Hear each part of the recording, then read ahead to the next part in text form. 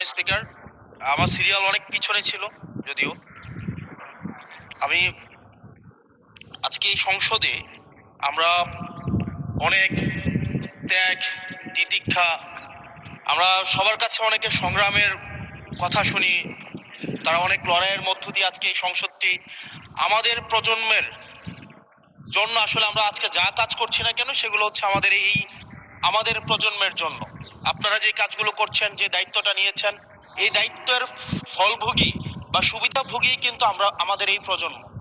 মাননীয় স্পিকার, আমরা খুব আশাহত হই যখন এই সংসদ এত রক্ত, এত লড়াই, এত ত্যাগের পরে আজকে যখন এই সংসদটি গঠিত হয়েছে, কিন্তু এই সংসদ আবার আগের যেই ভিসিয়াস সাইকেল, দোষারোপের যেই সাইকেল, একজন একজনকে বিভিন্ন ট্যাগিং এর যেই সাইকেল, মত দমনের নামে, বিরোধী মত দমনের নামে মামলার যেই সাইকেল, আমরা সেইখানে আবার চলে গিয়েছি।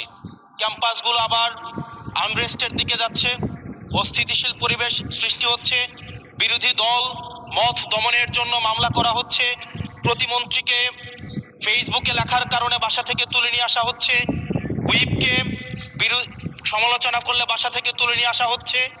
আবার আমরা আগের সংস্কৃতিতে আমরা চলে যাচ্ছি, যেখানে মাননীয় প্রধানমন্ত্রী নিজে কার্টুন শেয়ার করে বিভিন্ন স্যাটায়ার, বিভিন্ন মকারিকে প্রমোট করছে, বিরোধী মতকে প্রমোট করছে।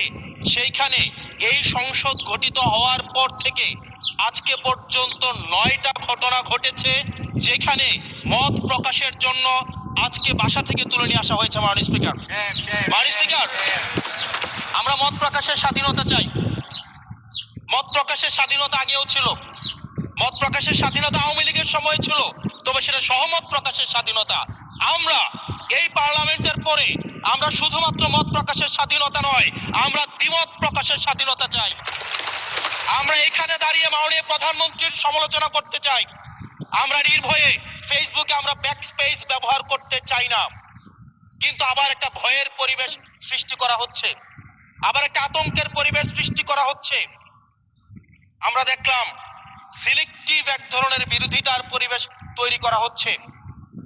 আমাদের সমাজের যারা গ্রহণযোগ্য এক ধরনের পলিটিক্যালি এলিট শ্রেণীর নারীদেরকে নিয়ে যখন সমালোচনা করা হয়,